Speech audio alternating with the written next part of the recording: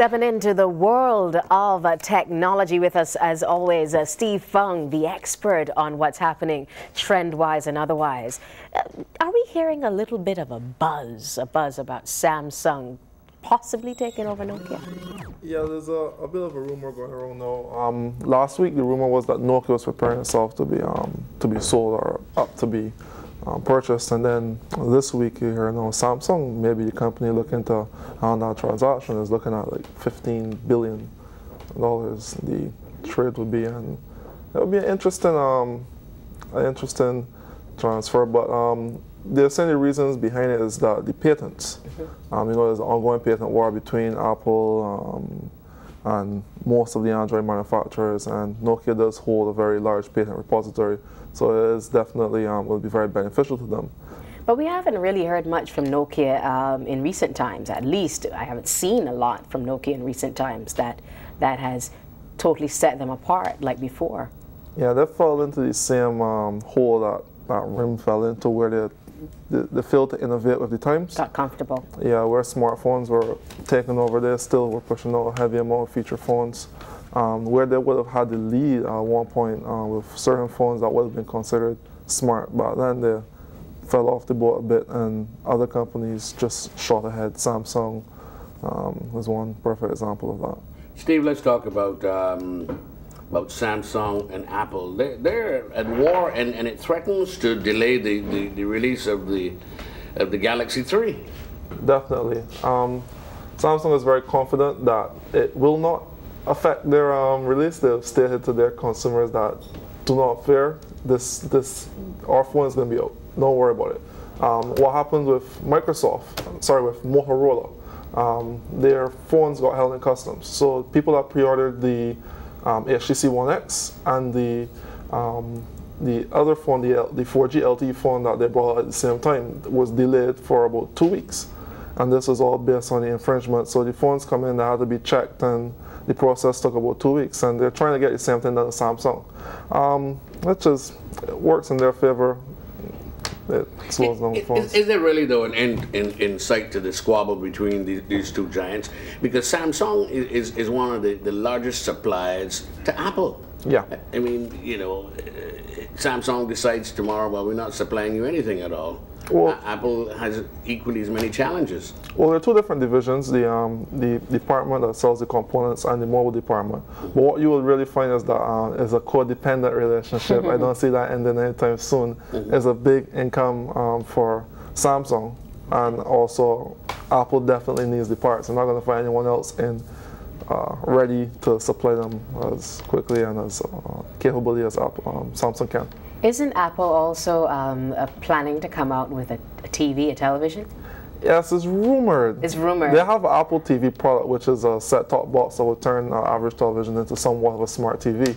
But it's rumored that they may be going into the TV department. They have a conference today, the WWDC, two W's, the Worldwide Developers Conference, where they have their developers from around the world come and see their latest offerings.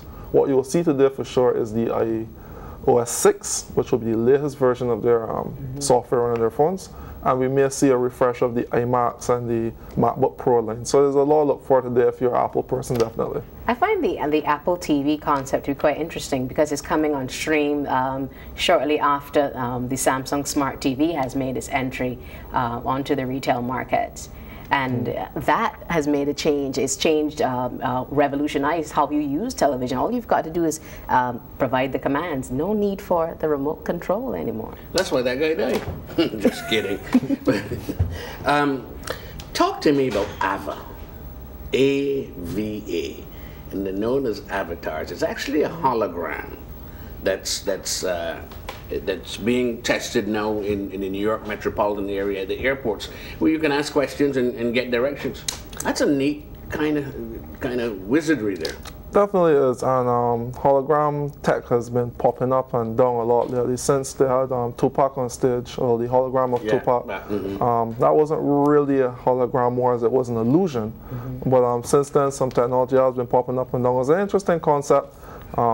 should prove helpful, but you don't want to replace the good old hostesses at the airport. And you know, you gotta keep the jobs. I like that familiar touch. Yeah. The hologram, I'm actually just working through something. Yeah, some technology tries to replace certain people's jobs. You know, some jobs people wouldn't mind keeping. Yeah. Steve, here's something that I find interesting. I was scanning the net over the weekend, and there was a survey that says, while Americans believe the internet and social media have made it easier to be well-informed consumers and citizens, they are skeptical about the trustworthiness of the information that they find on social media. Well, that's nothing new, and it's even worse with social media because all the content provided on the social media space is provided by the users.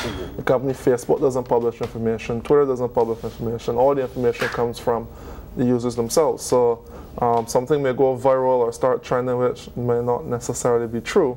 Like at one point there was a picture of a very large snake dropping a coconut tree, and the person was saying, well, that was in St. Thomas or St. John, but it then turned out the picture was taken in some other Caribbean island. So that is a truthful, it's very good that people actually recognize that and don't take everything they see on the social media space to be the gospel truth.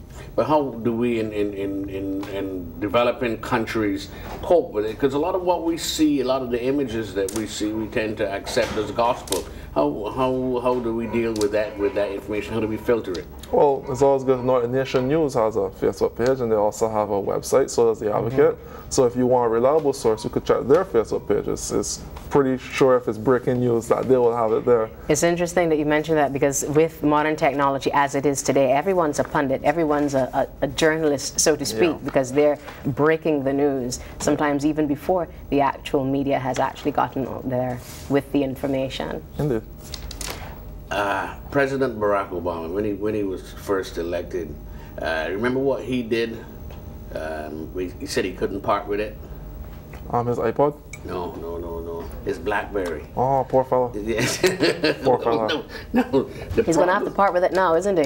The problem is that there's a little town called Waterloo, Ontario, in Canada, which is the headquarters of RIM, and that whole city is in turmoil because there's fear that there aren't going to be the jobs anymore. Mind you, I think RIM has like $4 billion in cash, so there's no chance of them going bankrupt anytime soon. But the jobs aren't there any longer, and the whole community there is hurting as a result. Well, they're definitely leaking. I'm not sure about going bankrupt. I know some people don't want the jobs anymore. Those would be the people that are leaving. But there was a report stating that they were preparing to cut about 2,000 jobs to help them, survive to the end of the year when they launch their new smartphone. But over the week since that was posted, the number, the rumor mill kicked in, and you're seeing now the number is 6,000. So I'm not sure exactly what's going on, but they are looking a bit shaky. I guess the financial experts could weigh in on that one. But if RIM is actually looking to launch a new smartphone, could we actually say very soon bye-bye to BB? Oh, you might say bye-bye to a lot of things BlackBerry did. As I stated before, the software is completely different. It's running on QNX-based software. They're calling the BlackBerry OS 10. The BlackBerries you run now cannot support or run this operating system in the farthest stretch of the imagination. So, and also they're coming up with a very heavy application app store. They sent out a lot of devices to a lot of developers to get them to start developing apps for the phone. So you can see a lot of apps coming in. But these apps aren't going to be able to run on the older model BlackBerry. So if you want to be in the new BlackBerry trend, you have to get this new device, or these new line devices that they'll be bringing out. But would those devices be any better than what you have now, and will they compete favorably with the Android phones? Well, from the test devices, there are, as the BlackBerry usually tends to be, they're on par with last year's Android offerings, and on last year's Android offerings, because most of the Android phones coming out now are going to be hitting the quad-core nail, and the test device, this isn't sure for what the final device is, but the test device is a dual-core phone with a gig of RAM and a 4.2-inch screen. It's a very nice looking device. It's a BlackBerry. Let's come to another point, because you have got me twisted on these gizmos. But the battery power, man, on these Android phones, half day down the road, it fades to black. Well, you have to blame that on 4G, and not necessarily blame. 4G technology uses a lot of your battery. Early when the 4G first came out, my recommendation to people was to download an app that would switch off your 4G when you're not using it. There's no point having it there draining your battery in your pocket and you're not using it. Some phones have the ability to switch off the 4G when it's not in use. Usually you just download an app for it, but that would definitely strengthen your battery life. If the rated battery life for your phone is 16 hours, you're going to find yourself getting 6 on 4G. 4G definitely shortens the battery life.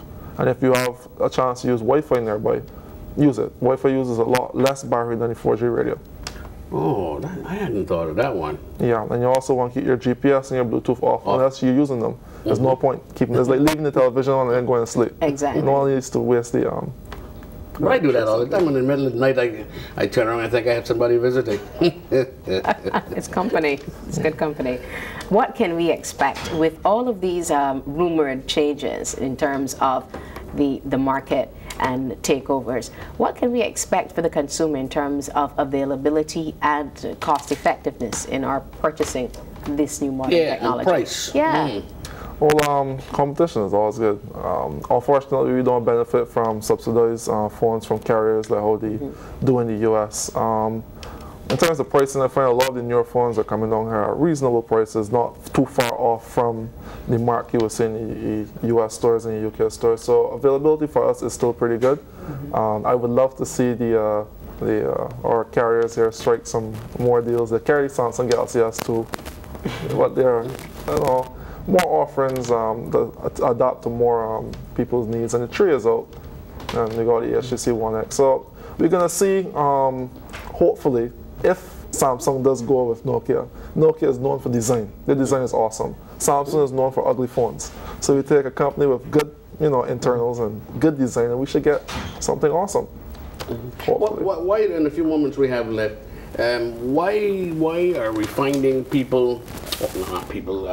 businesses selling phones cheaper than the carriers? What causes that?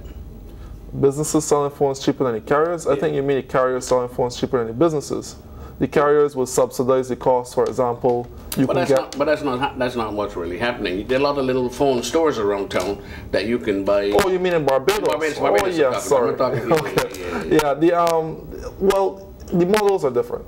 All right, there are at least 3 or 4 different types of Galaxy S2. All right, what they carry here in the carriers is the international model, which is the best model because it has the chip that Samsung built it with, which is the Exynos dual-core chip. It's a very expensive chip to build, which is why the carriers in the US, when they want to get their phone subsidized so they can sell it at $99 or whatever on contract, it doesn't quite work out. So what they do, they have Samsung produce the phones with a cheaper chip. One is probably more economical, one that works specifically with their networks, their 4G, their LTE, which is why you'll see a T-Mobile phone may work on Digicel's network, but it won't work online because T-Mobile and Digicel carry similar bands. The same thing with the AT&T phones.